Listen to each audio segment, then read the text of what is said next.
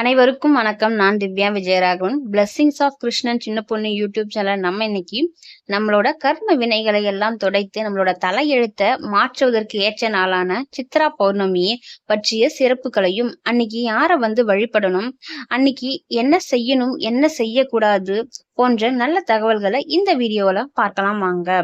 சித்ரா பௌர்ணமி பாத்தீங்கன்னா 11ஆம் தேதி ஞாயிற்றுக்கிழமை நைட்டு பாத்தீங்கன்னா 8:48க்கு ஸ்டார்ட் ஆகி திங்கட்கிழமை நைட்டு 10:44 வரையும் நமக்கு பௌர்ணமி திதி இருக்கு.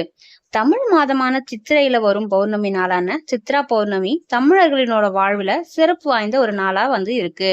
இந்த நாள்ல யம தர்ம ராஜாவினோட உதவியாளரும் மனிதர்களினோட நல்ல செயல்கள் மற்றும் தீய செயல்களை பதிவு செய்பவருமான சித்திரகுப்தரனோட பிறந்த நாளை தான் இந்த நாளை நம்ம கொண்டாடுறோம். இந்த நாள்ல நம்ம சித்திரகுப்தரை வழிபட்டு நல்ல பலன்களை பெறலாம். சித்ரா பௌர்ணமி அன்று சித்திரகுப்தருக்கு சிறப்பு வழிபாடுகளை செய்தா நம்மளோட பாவங்கள் எல்லாம் மன்னிக்கப்பட்டு நம்மளோட கர்மங்கள் நல்ல கர்மங்கள் பெருகும் அப்படின்றது ஒரு நம்பிக்கை. நம்ம சித்திரகுப்தரை வழிபட்டா எல்லா பாவங்களும் போகுன்றது கிடையாது. நம்ம இறை வழிபாடு செய்ய செய்ய நமக்கு நல்ல எண்ணங்கள் வர ஆரம்பிக்கும். நல்ல எண்ணங்கள் வந்தாவே நம்ம நல்ல செயல்களை செய்வோம். நல்ல செயல்கள் செய்ய செய்ய நம்மளோட கெட்ட கர்மம் கொஞ்சம் கொஞ்சமா குறைஞ்சி நல்ல கர்மங்கள் பெருக ஆரம்பிக்கும். நம்மளோட வாழ்க்கையும் சுபிக்ஷமா இருக்கும்.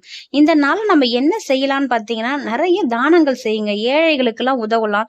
நல்ல காரியங்களை செஞ்சா நம்மளோட வாழ்வுல நல்ல மாற்றங்கள் ஏற்படும். நம்மளோட பிறவியா நம்ம செய்த கர்மங்கள், நம்மள முன்னோர்கள் செய்த கர்மங்கள் எல்லாம் நம்மள சேர்ந்திருக்கும். அதெல்லாம் கொஞ்சம் கொஞ்சமா குறைய ஆரம்பிக்கும். நம்ம எந்த அளவுக்கு தானம் செய்யறோம் அந்த அளவுக்கு நம்மளோட கர்மங்கள் கொஞ்சம் கொஞ்சமா குறைஞ்சு நம்மளோட லைஃப் நல்லா மாறும். இந்த நாள்ல கிரிவலம் செஞ்சா நம்மளோட பாவங்கள் நீங்கி நம்மளோட வாழ்க்கை சிறக்கும். நம்மளோட மனம் தெளிவு பெறும்.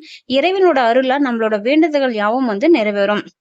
கிரிவலம் போறது, புனித நதிகள்ல நீராடுவது, நல்ல தானங்கள் தர்மங்கள் செய்வது போன்றவை எல்லாமே நல்ல பலன்களை கொடுக்கும். எதெல்லாம் செய்யக்கூடாதுன்னு பாத்தீங்கன்னா, நம்மளோட கெட்ட செயல்கள் யாருமே செய்யக்கூடாது. அன்னைக்கு பொய் சொல்லக்கூடாது, மற்றவர்களை ஏமாற்றக்கூடாது, கோபப்படக்கூடாது, பேராசைப்படக்கூடாது. இது எல்லாத்தையுமே நம்ம எப்பவுமே செய்யாம இருந்தாவே போதும். நம்மளோட வாழ்க்கை முழுவதும் மகிழ்ச்சியா நம்ம வாழலாம். இந்த சித்ரா பௌர்ணமி அன்று நல்ல எண்ணங்களுடன் நல்ல செயல்களை செஞ்சு சித்திரகுப்தரோட அருளை பெறுங்க. உங்களோட கர்ம வினைகள் யாவும் நீங்கி மகிழ்ச்சியான வாழ்க்கை வாழ முடியும் நம்மளால.